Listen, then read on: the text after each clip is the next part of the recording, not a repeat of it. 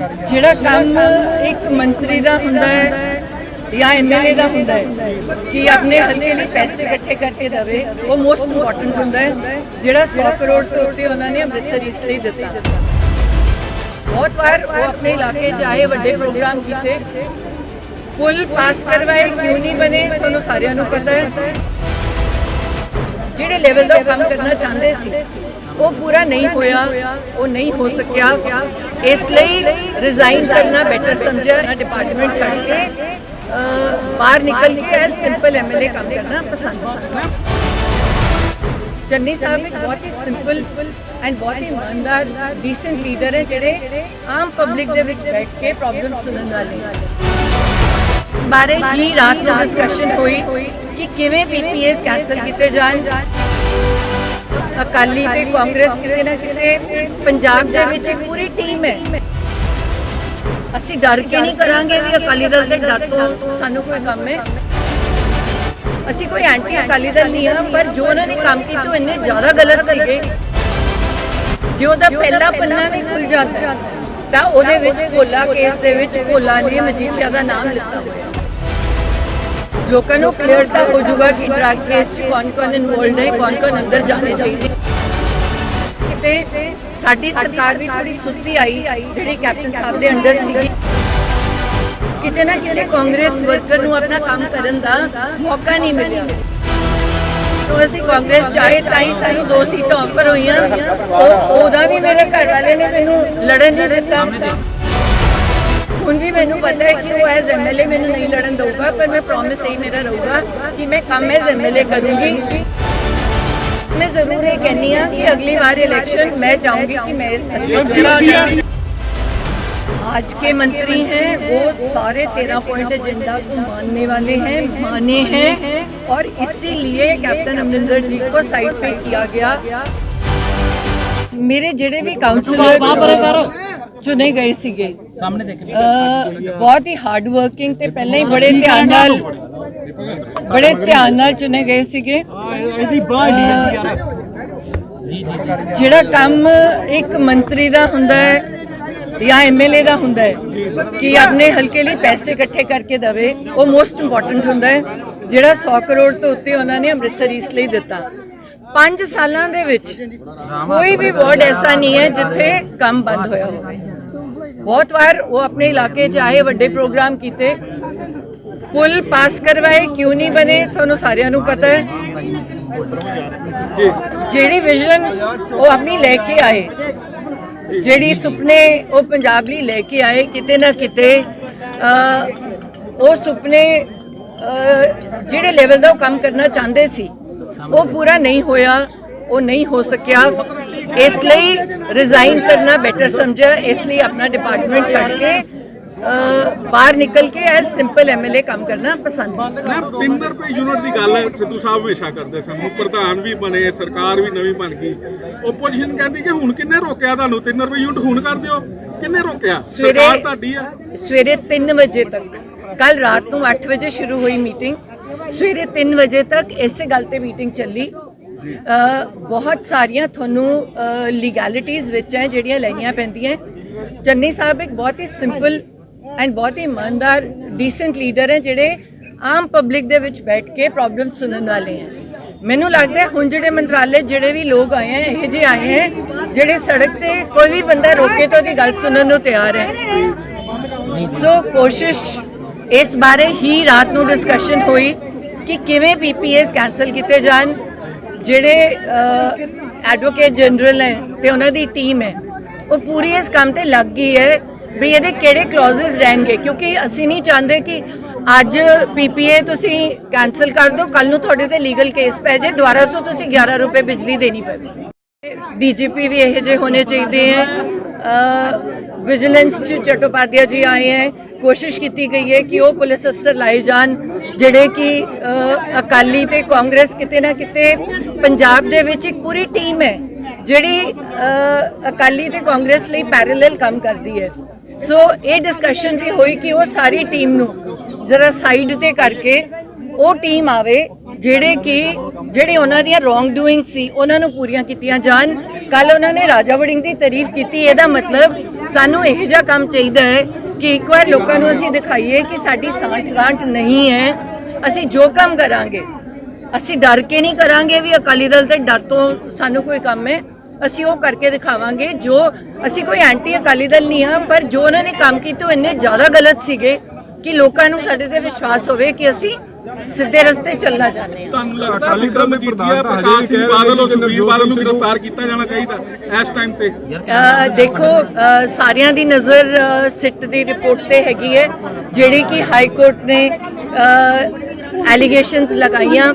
ਮੈਂ ਉਹ ਰਿਪੋਰਟ ਪੜ੍ਹੀ ਹੋਈ ਹੈ, ਮੈਨੂੰ ਪਤਾ ਹੈ ਕਿ ਉਹ ਰਿਪੋਰਟ ਐਤਕੀ ਵੀ ਖੁੱਲਣ ਵਾਲੀ ਸੀਗੀ। 26 ਤਰੀਕ ਉਹਦੀ ਤਰੀਕ ਪਈ ਹੈ। ਜੇ ਉਹਦਾ ਪਹਿਲਾ ਪੰਨਾ ਵੀ ਖੁੱਲ ਜਾਂਦਾ ਹੈ ਤਾਂ ਉਹਦੇ ਵਿੱਚ ਭੋਲਾ ਕੇਸ ਦੇ ਵਿੱਚ ਭੋਲਾ ਨੇ ਮਜੀਠੀਆ ਦਾ ਨਾਮ ਲਿੱਤਾ ਹੋਇਆ ਤੇ ਸਾਰਿਆਂ ਨੂੰ ਉਮੀਦ ਹੈ ਕਿ ਉਹਨੂੰ ਅੰਦਰ ਜਾਣਾ ਚਾਹੀਦਾ ਹੈ। ਲੋਕਾਂ ਨੂੰ ਕਲੀਅਰ ਤਾਂ ਹੋ ਜਾਊਗਾ ਕਿ ਡਰੱਗ ਕੇਸ 'ਚ ਕੌਣ-ਕੌਣ ਇਨਵੋਲਡ ਹੈ, ਕੌਣ-ਕੌਣ ਅੰਦਰ ਜਾਣੇ ਚਾਹੀਦੇ ਹੈ। ਬਾਕੀ ਹਰ ਬੰਦਾ ਬੋਲਣਾ ਚਾਹੁੰਦਾ ਹੈ, ਬਟ ਉਹਨਾਂ ਦੇ ਡਰ ਨਾਲ ਨਹੀਂ ਬੋਲਦਾ। ਜੇ ਉਹਨਾਂ ਦੀ ਸਰਕਾਰ ਆ ਗਈ ਸਾਡੇ ਤੇ ਝੂਠੇ ਪਰਚੇ ਪੈ ਜਾਣਗੇ।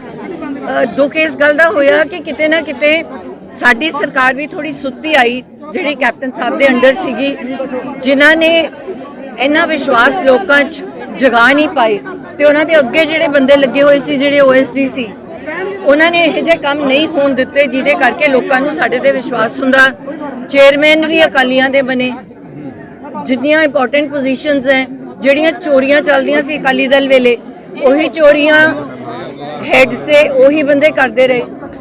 ਸ਼ਕਲਾਂ ਉੱਥੇ ਰਹਿ ਗਈਆਂ, ਨੀਚੇ ਵਾਲੇ ਬੰਦੇ ਬਦਲ ਗਏ। ਸੋ ਕਿਤੇ ਨਾ ਕਿਤੇ ਲੋਕਾਂ ਨੂੰ ਫਰਕ ਨਹੀਂ ਨਜ਼ਰ ਆਇਆ। ਕਿਤੇ ਨਾ ਕਿਤੇ ਕਾਂਗਰਸ ਵਰਕਰ ਨੂੰ ਆਪਣਾ ਕੰਮ ਕਰਨ ਦਾ ਮੌਕਾ ਨਹੀਂ ਮਿਲਿਆ, ਜਿਹੜਾ ਕਿ ਹੁਣ ਥੋੜੇ ਸਮੇਂ 'ਚ ਕੋਸ਼ਿਸ਼ ਕੀਤੀ ਜਾਊਗੀ ਕਿ ਉਹ ਲੋਕ ਅੱਗੇ ਆਣ ਤੇ ਕੰਮ ਫਰਕ ਜਿਵੇਂ ਰਾਜਾ ਵੜਿੰਗ ਕਰ ਰਹੇ। ਜੇ ਸਾਰੇ ਮੰਤਰੀਆਂ 'ਚ ਕੰਮ ਕਰਨ ਲੱਗ ਜਾਣ ਤਾਂ ਲੋਕਾਂ ਨੂੰ ਵਿਸ਼ਵਾਸ ਹੋ ਜਾਏਗਾ ਕਿ ਆਉਣ ਵਾਲੇ ਟਾਈਮ 'ਚ ਸਾਡੀ ਜਿਹੜੀਆਂ ਮੰਸ਼ਾ ਹੈ ਉਹ ਜ਼ਰੂਰ। ਦੇਖੋ ਇਹੀ ਤਾਂ ਮੇਰੀ ਪ੍ਰੋਬਲਮ ਹੈ। ਜਦੋਂ ਅਸੀਂ ਕਾਂਗਰਸ 'ਚ ਆਏ ਤਾਂ ਹੀ ਸਾਨੂੰ 2 ਸੀਟਾਂ ਆਫਰ ਹੋਈਆਂ। ਉਹਦਾ ਵੀ ਮੇਰੇ ਘਰ ਵਾਲੇ ਨੇ ਮੈਨੂੰ ਲੜਨ ਨਹੀਂ ਦਿੱਤਾ। 2 ਸੀਟਾਂ ਜਦੋਂ ਕਿ ਅੰਮ੍ਰਿਤਸਰ ਈਸਟ ਦੇ ਅੱਗੇ ਲਿਖਿਆ ਹੋਇਆ ਸੀ ਡਾਕਟਰ ਨਵਜੋਤ ਸਿੱਧੂ, ਤੇ ਨਵਜੋਤ ਸਿੱਧੂ ਨੂੰ ਕਿਹਾ ਗਿਆ ਸੀ ਵੀ ਭਾਈ ਤੂੰ ਕੋਈ ਸੀਟ ਹੋਰ ਲੱਭ ਲੈ। ਉਹਨੇ ਉਦੋਂ ਵੀ ਇਹੀ ਗੱਲ ਕਹੀ ਸੀ। ਹੁਣ ਵੀ ਮੈਨੂੰ ਪਤਾ ਹੈ ਕਿ ਉਹ ਐਜ਼ MLA ਮੈਨੂੰ ਨਹੀਂ ਲੜਨ ਦਊਗਾ, ਪਰ ਮੈਂ ਪ੍ਰੋਮਿਸ ਇਹੀ ਮੇਰਾ ਰਹੂਗਾ ਕਿ ਮੈਂ ਕੰਮ ਐਜ਼ MLA ਕਰੂੰਗੀ, ਹਲਕਾ ਹੀ ਰਹੇ ਆਪਣਾ ਪਰਿਵਾਰ ਹਲਕਾ ਫਾਈਨਲ। ਇਹ 13 ਸੀਟੀਆਂ ਏਜੰਡੇ ਤੇ ਕੰਮ ਨਹੀਂ ਹੁੰਦਾ, ਨਵਜੋਤ ਸਿੰਘ ਸਿੱਧੂ ਉਹਨਾਂ ਦੀ ਨਹੀਂ ਸੁਣੀ ਜਾਂਦੀ, ਉਹਨਾਂ ਦਾ ਅਗਲਾ ਸਟੈਂਡ ਕੀ ਰਹੇਗਾ? ਦੇਖੋ ਇਹ ਤਾਂ ਉਹੀ ਦੱਸ ਸਕਦੇ हैं, बट मैं 100% श्योर हाँ कि ये ज़रूर प्रवान होएगा, क्योंकि जिन्ने भी हुन मंत्री हैं वो सारे मंत्री इसे गल ते अड़े हुए हैं कि वो 13 पॉइंट एजेंडा सारा पूरा होना चाहिए। राहुल जी भी क्लियर कर चुके हैं कि ये थोड़ा 13 पॉइंट एजेंडा पूरा होना चाहिए। जो अगे क्या गया पुलिस वालियां नूं वो भी यही क्या गया भी ड्रग्स ते कंट्रोल चाहिए, लोकां सेफ्टी चाहिए है, सरकारी काम चाहिए है। सो थोनों हौली हौली दिख भी रहे थे, दिखूगा भी। BSF का क्षेत्र बनाने पर CM चन्नी ने केंद्र सरकार को चिट्ठी लिखी, क्या उसका माना जाएगा? देखो मुझे नहीं पता कि उन्होंने चिट्ठी लिखी थी कि नहीं लिखी थी। कई बारी इंसान के दिमाग में कोई और बात होती है। बंदा सोचता है कि पंजाब में बहुत ज़्यादा ड्रग्स का मुद्दा है, तो शायद पंजाब पुलिस नहीं कंट्रोल कर पा रही और इसीलिए ड्रग्स इतने साल तक लटकते रहे, तो शायद BSF साथ कोऑर्डिनेट करके इन ड्रग्स को कंट्रोल कर सके। मैंने खुद पूरी बॉर्डर बेल्ट कवर की है गाड़ी में, और तब मुझे बॉर्डर बेल्ट पे कहा गया था कि ये यहाँ पे वल्टोहे की बिकती है, यहाँ पे लंगा की बिकती है। बॉर्डर पे लोग नाम लेके बताते हैं कि यहाँ पे इस बंदे की आती है। गुरदासपुर में लोगों ने इतने बड़े बड़े कड़ाहे दिखाए जिसमें सोना पिघलता है, और उन्होंने कहा जी बॉर्डर से वहाँ से आता है, वहाँ पे मोहर लगी होती है पाकिस्तान की या दूसरी कंट्री की, यहाँ पे कड़ाहे में सोना आता है, सोना पिघल जाता है और सोना पैदा हो जाता है। तो अभी तक हम उसको पकड़ नहीं सके। तो इंसान ये सोचता है कि जो भी हो भला हो, मेरे स्टेट का भला हो। तुम सेंट्रल गवर्नमेंट से अलग हो के कोई काम नहीं कर सकते। ऑलवेज बेटर होता है कि सेंटर और स्टेट इकट्ठे होके काम करें, पर नशा पंजाब से दूर होना चाहिए। ਸਿੱਧੂ ਇੱਕ ਜਿੱਦੀ ਬੱਚੇ ਵਾਂਗੂ ਜਿੱਦ ਕਰਦਾ, ਮੈਨੂੰ ਲੋਲੀਪੌਪ ਦੇ ਦਿਓ, ਮੈਨੂੰ ਟੌਫੀਆਂ ਦੇ ਦਿਓ, ਜੇ ਮੰਗਾ ਤੇ ਉਹ ਜਿੱਦ ਜੇ ਪੰਜਾਬ ਦੇ ਭਲੇ ਲਈ ਲੋਲੀਪੌਪ ਮੰਗਨੇ ਨਹੀਂ, ਲੋਲੀਪੌਪ ਮੰਗਨੇ ਹੁੰਦੇ ਤਾਂ ਡਿਪਾਰਟਮੈਂਟ 'ਚ ਰਹਿ ਕੇ ਪੈਸੇ ਖਾਂਦਾ ਹੈ ਨਾ। ਬੈਂਕ ਅਕਾਊਂਟ ਚੈੱਕ ਕਰ ਲਓ, ਇਨਕਮ ਟੈਕਸ ਦੀ ਰੇਡ ਕਰਾ ਦਿਓ, ਵਿਜੀਲੈਂਸ ਕਰਵਾ ਲਓ ਤੇ ਦੇਖ ਲਓ ਵੀ ਉਹਨੇ ਕੀ ਕਮਾਈ ਕੀਤੀ, ਉਹਨੇ ਆਪਣੀ ਜੇਬ ਖਾਲੀ ਕੀਤੀ ਹੈ। ਸੋ ਲੜਾਈ ਜੇ ਪੋਜ਼ਿਟਿਵਲੀ ਹੋਵੇ ਕਿ ਪੰਜਾਬ ਦਾ ਭਲਾ ਹੋਵੇ ਤਾਂ ਮੈਂ ਕਹਿੰਦੀ ਹਾਂ ਸਾਰਾ ਪੰਜਾਬ ਉਹੀ ਜੀ ਲੜਾਈ ਲੜੇ। ਅੱਜ ਜੇ ਤੁਸੀਂ ਬਹਿਸ ਦੀ ਗੱਲ ਕਰਦੇ ਹੋ ਤਾਂ ਬਹਿਸ ਇਹ ਵਾਲੀ ਹੈਲਦੀ ਕੰਪੀਟੀਸ਼ਨ ਹੁੰਦਾ ਹੈ, ਇਹ ਲੜਾਈ ਨਹੀਂ ਹੁੰਦੀ। ਤੁਸੀਂ ਰਾਤ ਦੇ 8 ਵਜੇ ਬੈਠੇ ਹੋ, ਸਵੇਰੇ 3 ਵਜੇ ਤੱਕ ਬਹਿਸ ਕਰ ਰਹੇ ਹੋ ਕਿ ਆ ਕਿਉਂ ਨਹੀਂ ਪੂਰਾ ਕਰ ਸਕਦੇ। ਸਮਾਂ ਥੋੜਾ ਰਹਿ ਗਿਆ, ਫਿਰ ਤੁਸੀਂ ਵੋਟ ਮੰਗ ਰਹੇ ਹੋ। ਮੈਨੂੰ 5 ਸਾਲ ਅਗਲੇ ਤੁਸੀਂ ਫਿਰ ਮੰਗ ਰਹੇ ਹੋ, ਕਿਉਂਕਿ ਪਹਿਲੇ 5 ਸਾਲ ਸਰਕਾਰ ਨੇ ਇਸ ਤਰ੍ਹਾਂ ਹੀ ਕਰਦੇ, ਇਸ ਤਰ੍ਹਾਂ ਦੇ ਆਰੋਪ ਲੱਗ ਰਹੇ। ਦੇਖੋ ਅਸੀਂ ਅੰਮ੍ਰਿਤਸਰ ਈਸਟ 'ਚ ਕੰਮ ਕੀਤਾ, ਪਹਿਲੇ ਦਿਨ ਤੋਂ ਲੈ ਕੇ ਹੁਣ ਤੱਕ ਮੇਰਾ ਕੰਮ ਨਹੀਂ ਰੁਕਿਆ, ਕਿਸੇ ਵਾਰਡ 'ਚ ਨਹੀਂ ਰੁਕਿਆ। ਅਸੀਂ 100 ਕਰੋੜ ਦਿੱਤੇ, ਮੇਰੇ ਕਾਉਂਸਲਰਸ ਨੇ ਇਮਾਨਦਾਰੀ ਨਾਲ ਲਾਏ। ਮੈਂ ਆਪਣੀ ਸੀਟ ਤੇ ਹਰ ਕਾਉਂਸਲਰ ਨੂੰ 8-8 10-10 ਕਰੋੜ ਰੁਪਇਆ ਮਿਲਿਆ, ਉਹਨਾਂ ਨੇ ਲਾਇਆ, ਉਹਨਾਂ ਨੇ ਕੰਮ ਕੀਤਾ, ਉਹਨਾਂ ਨੇ ਹੁਣ ਤੱਕ ਕਰ ਰਹੇ। ਤੁਹਾਨੂੰ ਅੰਮ੍ਰਿਤਸਰ ਈਸਟ ਦਿਖ ਰਹੀ ਹੈ, ਅੰਮ੍ਰਿਤਸਰ ਈਸਟ ਨੂੰ ਕੋਈ ਹੱਥ ਨਹੀਂ ਸੀ ਪਾਉਂਦਾ, ਪਰ ਇਹ ਲੋਕ ਜਿਵੇਂ ਮੇਰੇ ਨਾਲ ਅਟੈਚਡ ਹੈ, ਮੈਨੂੰ ਇਹ ਲੱਗਦਾ ਹੈ ਕਿ ਉਹਨਾਂ ਨੂੰ ਮੇਰੀ ਪ੍ਰੈਜ਼ੈਂਸ ਦੀ ਕਮੀ ਲੱਗੀ। ਤਾਂ ਮੈਂ ਜ਼ਰੂਰ ਇਹ ਕਹਿੰਦੀ ਹਾਂ ਕਿ ਅਗਲੀ ਵਾਰ ਇਲੈਕਸ਼ਨ मैं चाहूंगी कि मैं इस हल्के काम दिया गया है वो अगर पूरा नहीं होता तो नवजोत सिंह सिद्धू का स्टैंड क्या रहेगा? क्योंकि जब से मंत्रिमंडल में बदलाव हुआ है, ये आरोप लगते हैं कि जो मंत्रिमंडल में शामिल लोग हैं उनकी सांठगांठ जो आज के मंत्री हैं वो सारे 13 पॉइंट एजेंडा को मानने वाले हैं, माने हैं, और इसीलिए कैप्टन अमरिंदर जी को साइड पे किया गया ताकि ये जो 13 पॉइंट एजेंडा है वो लग रहा था पूरा नहीं होगा।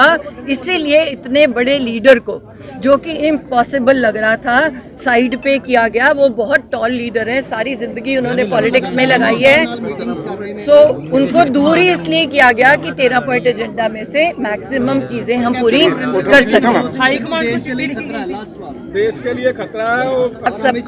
आप सबको पता है कि नवजोत सिद्धू एक ही बार अपने दोस्त की स्वेरिंग इन पे, not as a prime minister, अपनी दोस्त की स्वेरिंग इन पे गया, लांगा खुला, उसके लिए जप्फी डाली, उसके बाद ना वो पाकिस्तान गया, ना पहले गया है, ना वहाँ से पहले कुछ लेके आया है, ना कोई बिजनेस करता है पाकिस्तान के साथ।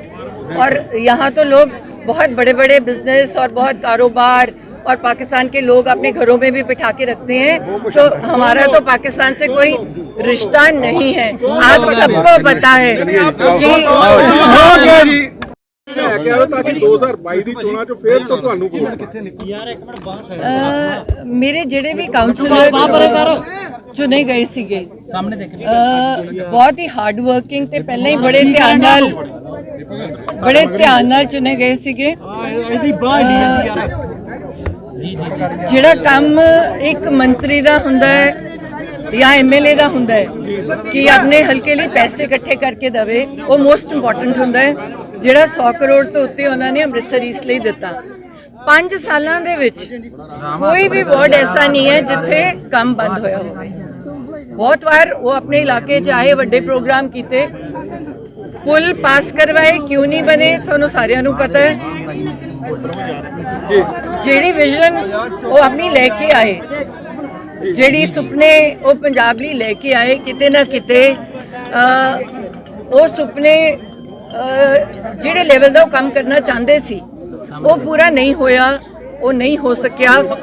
ਇਸ ਲਈ ਰਿਜ਼ਾਈਨ ਕਰਨਾ ਬੈਟਰ ਸਮਝਿਆ, ਇਸ ਲਈ ਆਪਣਾ ਡਿਪਾਰਟਮੈਂਟ ਛੱਡ ਕੇ ਬਾਹਰ ਨਿਕਲ ਕੇ ਐਸ ਸਿੰਪਲ ਐਮਐਲਏ ਕੰਮ ਕਰਨਾ ਪਸੰਦ ਹੈ। 3 ਰੁਪਏ ਯੂਨਿਟ ਦੀ ਗੱਲ ਸਿੱਧੂ ਸਾਹਿਬ ਹਮੇਸ਼ਾ ਕਰਦੇ ਸਨ, ਪ੍ਰਧਾਨ ਵੀ ਬਣੇ, ਸਰਕਾਰ ਵੀ ਨਵੀਂ ਬਣ ਗਈ, ਓਪੋਜੀਸ਼ਨ ਕਹਿੰਦੀ ਕਿ ਹੁਣ ਕਿੰਨੇ ਰੋਕਿਆ ਤੁਹਾਨੂੰ 3 ਰੁਪਏ ਯੂਨਿਟ ਹੁਣ ਕਰ ਦਿਓ, ਕਿੰਨੇ ਰੋਕਿਆ? ਸਰਕਾਰ ਤੁਹਾਡੀ ਆ। ਸਵੇਰੇ 3 ਵਜੇ ਤੱਕ, ਕੱਲ ਰਾਤ ਨੂੰ 8 ਵਜੇ ਸ਼ੁਰੂ ਹੋਈ ਮੀਟਿੰਗ, ਸਵੇਰੇ 3 ਵਜੇ ਤੱਕ ਇਸੇ ਗੱਲ ਤੇ ਮੀਟਿੰਗ ਚੱਲੀ। ਬਹੁਤ ਸਾਰੀਆਂ ਤੁਹਾਨੂੰ ਲੀਗੈਲਿਟੀਜ਼ ਵਿੱਚ ਹੈ ਜਿਹੜੀਆਂ ਲੈਣੀਆਂ ਪੈਂਦੀਆਂ। ਚੰਨੀ ਸਾਹਿਬ ਇੱਕ ਬਹੁਤ ਹੀ ਸਿੰਪਲ ਐਂਡ ਬਹੁਤ ਹੀ ਇਮਾਨਦਾਰ ਡੀਸੈਂਟ ਲੀਡਰ ਹੈ, ਜਿਹੜੇ ਆਮ ਪਬਲਿਕ ਦੇ ਵਿੱਚ ਬੈਠ ਕੇ ਪ੍ਰੋਬਲਮ ਸੁਣਨ ਵਾਲੇ ਹੈ। ਮੈਨੂੰ ਲੱਗਦਾ ਹੈ ਹੁਣ ਜਿਹੜੇ ਮੰਤਰਾਲੇ ਜਿਹੜੇ ਵੀ ਲੋਕ ਆਏ ਹੈ, ਇਹ ਜਿਹੇ ਆਏ ਹੈ ਜਿਹੜੇ ਸੜਕ ਤੇ ਕੋਈ ਵੀ ਬੰਦਾ ਰੋਕੇ ਤਾਂ ਉਹਦੀ ਗੱਲ ਸੁਣਨ ਨੂੰ ਤਿਆਰ ਹੈ। ਸੋ ਕੋਸ਼ਿਸ਼ ਇਸ ਬਾਰੇ ਹੀ ਰਾਤ ਨੂੰ ਡਿਸਕਸ਼ਨ ਹੋਈ ਕਿ ਕਿਵੇਂ ਪੀਪੀਐਸ ਕੈਂਸਲ ਕੀਤੇ ਜਾਣ। ਜਿਹੜੇ ਐਡਵੋਕੇਟ ਜਨਰਲ ਹੈ ਤੇ ਉਹਨਾਂ ਦੀ ਟੀਮ ਹੈ, ਉਹ ਪੂਰੀ ਇਸ ਕੰਮ ਤੇ ਲੱਗ ਗਈ ਹੈ ਵੀ ਇਹਦੇ ਕਿਹੜੇ ਕਲੌਜ਼ਸ ਰਹਿਣਗੇ, ਕਿਉਂਕਿ ਅਸੀਂ ਨਹੀਂ ਚਾਹੁੰਦੇ ਕਿ ਅੱਜ ਪੀਪੀਏ ਤੁਸੀਂ ਕੈਂਸਲ ਕਰ ਦਿਓ, ਕੱਲ ਨੂੰ ਤੁਹਾਡੇ ਤੇ ਲੀਗਲ ਕੇਸ ਪੈ ਜਾਏ, ਦੁਬਾਰਾ ਤੋਂ ਤੁਸੀਂ 11 ਰੁਪਏ ਬਿਜਲੀ ਦੇਣੀ ਪਵੇ, ਫਿਰ ਉਹਦਾ ਕੋਈ ਫਾਇਦਾ ਨਹੀਂ।